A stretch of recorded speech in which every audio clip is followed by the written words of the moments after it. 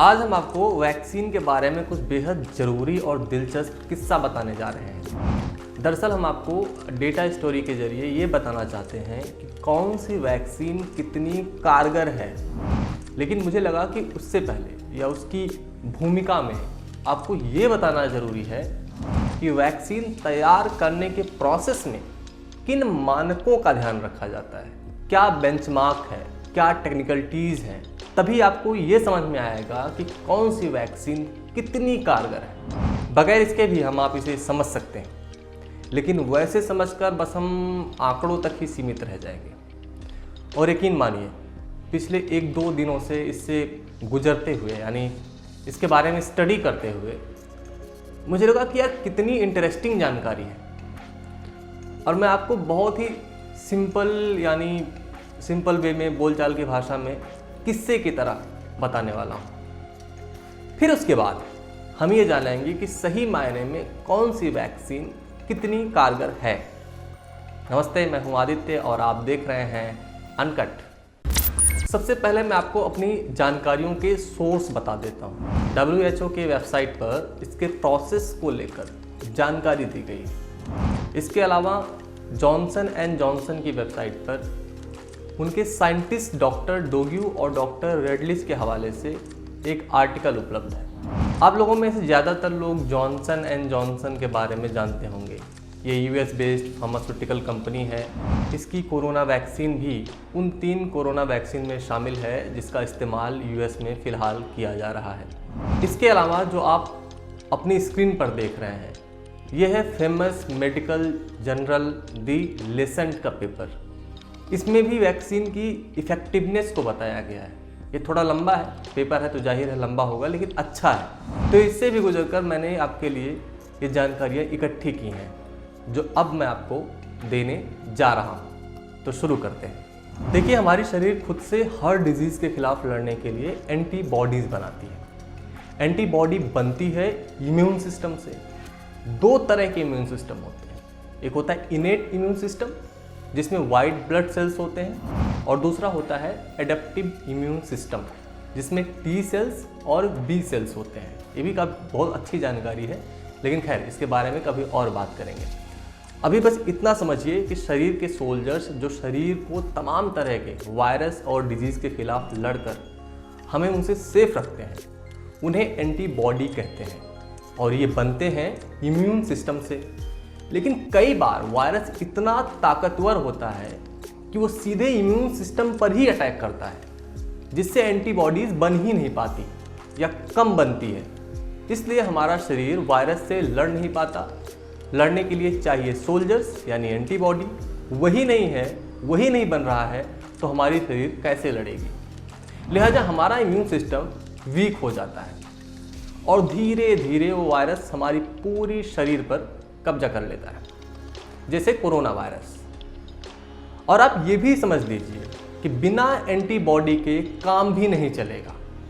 अब चैलेंज ये है कि एंटीबॉडी बने कैसे, और एंटीबॉडी तभी बनेगी जब वायरस शरीर में जाएगा। यानी कोरोना वायरस के खिलाफ एंटीबॉडी तभी बनेगी जब कोरोना वायरस हमारे शरीर में जाएगा। लेकिन जाते ही ये सीधे एंटीबॉडी बनाने वाले सिस्टम पर ही अटैक करता है। तो करें क्या और जाएं तो जाएं कहाँ। लेकिन इसकी एक तोड़ है। जिस खतरनाक वायरस के खिलाफ एंटीबॉडी डेवलप करना है, उसे इनएक्टिव करके शरीर में डाल दिया जाता है, जिससे शरीर को नुकसान भी नहीं हो और हमारा इम्यून सिस्टम धीरे धीरे इसके खिलाफ एंटीबॉडी डेवलप कर ले। और इतनी कर ले कि अगर वो एक्टिव वायरस भी हमारे अंदर पहुंच जाए तो भी हमारे शरीर के सोल्जर्स यानी हमारी एंटीबॉडीज उसे हरा दें। और इस इनएक्टिव वायरस को कहते हैं एंटीजन। और यही वैक्सीन बनाने की सबसे पहली प्रक्रिया या फर्स्ट स्टेज है। पहली स्टेज को प्री क्लिनिकल या रिसर्च इंटेंसिव स्टेज या लेबोरेटरी ट्रायल भी कहा जाता है। इसमें 4 सब स्टेजेस होती हैं। पहले सब स्टेज में वायरस को लेकर उसका नेचुरल और सिंथेटिक एंटीजन बनाया जाता है। नेचुरल एंटीजन सीधे वायरस से बनता है और सिंथेटिक एंटीजन वायरस के प्रोटीन का फॉर्मूला लेकर केमिकल रिएक्शन से तैयार किया जाता है। एंटीजन बनाने के बाद सीरम तैयार किया जाता है। जाहिर है इसमें और भी कई केमिकल कंपोनेंट्स होते हैं। सीरम यानी वैक्सीन तैयार होने के बाद आती है दूसरी सबस्टेज, जिसमें इसे थ्योरेटिकली और टेक्निकली टेस्ट करके देखा जाता है। फिर आती है तीसरी सबस्टेज। तीसरी सबस्टेज में सीरम यानी वैक्सीन का अलग अलग फार्मूलों पर टेस्ट होता है और चौथी सबस्टेज में इसे जानवरों पर टेस्ट करके देखा जाता है। यहाँ हम इंसान थोड़े स्वार्थी हो जाते हैं।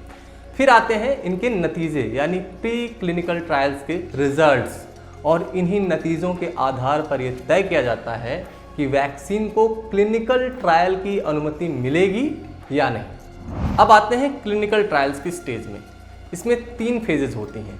इसकी पहली फेज में बस ये चेक किया जाता है कि वैक्सीन सेफ है या नहीं। जॉनसन एंड जॉनसन के साइंटिस्ट के मुताबिक इसकी सेफ्टी पैरामीटर को चेक करने के लिए इसमें आमतौर पर 20 से 80 अलग अलग उम्र के लोगों को शामिल किया जाता है और उन्हें वैक्सीन देकर ऑब्जर्व किया जाता है, और साथ ही इम्यूनो रिस्पॉन्स को भी चेक किया जाता है कि क्या वैक्सीन लगने के बाद इंसान का इम्यून सिस्टम मजबूत हुआ है या नहीं। अगर ये हर तरह से सेफ पाई गई और इम्यूनो रिस्पॉन्स सही रहा, अच्छा रहा, तो क्लिनिकल ट्रायल्स का फेज 2 शुरू होता है। इसमें दायरा बढ़ जाता है। इसमें अलग अलग क्लाइमेटिक कंडीशंस के अलग अलग जगहों के 700 से 800 लोगों को शामिल किया जाता है। इसमें देखा जाता है कि कितनी डोज इफेक्टिव है, 1 डोज इफेक्टिव है या 2 डोज इफेक्टिव है, और डोजेस की मात्रा कितनी होनी चाहिए, मतलब कितनी ml इंसान को दी जाए जिससे उस पर वैक्सीन सही ढंग से काम कर सके। अब आते हैं क्लिनिकल ट्रायल्स के तीसरे फेज पर। इसे लार्ज स्केल ट्रायल्स भी कहते हैं। दरअसल इसमें 20 से 25 हज़ार लोगों को शामिल किया जाता है। इसमें अलग अलग वैक्सीन का अपना अलग अलग सैंपल साइज हो सकता है। अलग अलग देशों के रेगुलेटरी बॉडीज़ के अलग अलग नियम भी होते हैं, लेकिन मोटा मोटी 20 से 25 हज़ार लोगों को शामिल किया जाता है। अपने यहाँ भारत बायोटेक के कोवैक्सीन के तीसरे फेज के ट्रायल्स में 25,800 लोगों को शामिल किया गया था, और अमेरिका की एस्ट्राजेनेका जो इंडिया में कोविशील्ड है उसका ट्रायल्स 23,000 लोगों पर हुआ था। हालांकि एस्ट्राजेनेका का ट्रायल इंडिया में नहीं हुआ है, बस ब्रिजिंग ट्रायल्स हुए हैं यहाँ पर। ब्रिजिंग ट्रायल्स क्या होते हैं इस पर कभी और चर्चा करेंगे। खैर, तीसरे फेज के ट्रायल्स में 20 से 25,000 लोगों को शामिल करके इसे 2 ग्रुप में डिवाइड कर दिया जाता है। एक ग्रुप होता है पेल्सिबो ग्रुप और दूसरा ग्रुप होता है वैक्सीन ग्रुप। पेल्सिबो ग्रुप को पेल्सिबो यानी सिंपल स्लाइम वाटर लगाई जाती है और वैक्सीन ग्रुप को वैक्सीन लगाई जाती है और छोड़ दिया जाता है, जाओ ऐश करो, शहर में भ्रमण करो। इस दौरान इनको ऑब्जर्व किया जाता है, जितने भी लोग इसमें शामिल होते हैं, और एक तय सीमा के बाद, समय सीमा के बाद कोरोना की जांच की जाती है। इनमें से जितने लोग कोरोना पॉजिटिव निकलते हैं उनको आइडेंटिफाई किया जाता है कि पॉजिटिव पाए गए कितने लोग ऐसे हैं जिन्हें स्लाइम वाटर दिया गया था और कितने लोग ऐसे हैं जिन्हें वैक्सीन लगी थी। फिर इन दोनों के बीच का अंतर यानी डिफरेंशिएशन निकाला जाता है, जिसे परसेंटेज में मेजर करते हैं, और इसी आधार पर यह तय किया जाता है कि वैक्सीन कितनी कारगर है। हम इसे वैक्सीन एफिकेसी कहते हैं, ये इसका एक्चुअल टर्म है, जो आप डेटा स्टोरी में जानेंगे कि कौन सी वैक्सीन की कितनी एफिकेसी है, यानी कौन सी वैक्सीन कितनी कारगर है। आप प्लीज़ कमेंट बॉक्स में कंटेंट को लेकर अपना फीडबैक जरूर दें। ऐसे ही तमाम खबरों के लिए अनकट को सब्सक्राइब करें और फेसबुक पर इसी तरह की खबरों को एक्सेस करने के लिए हमारे पेज को लाइक करें। शुक्रिया।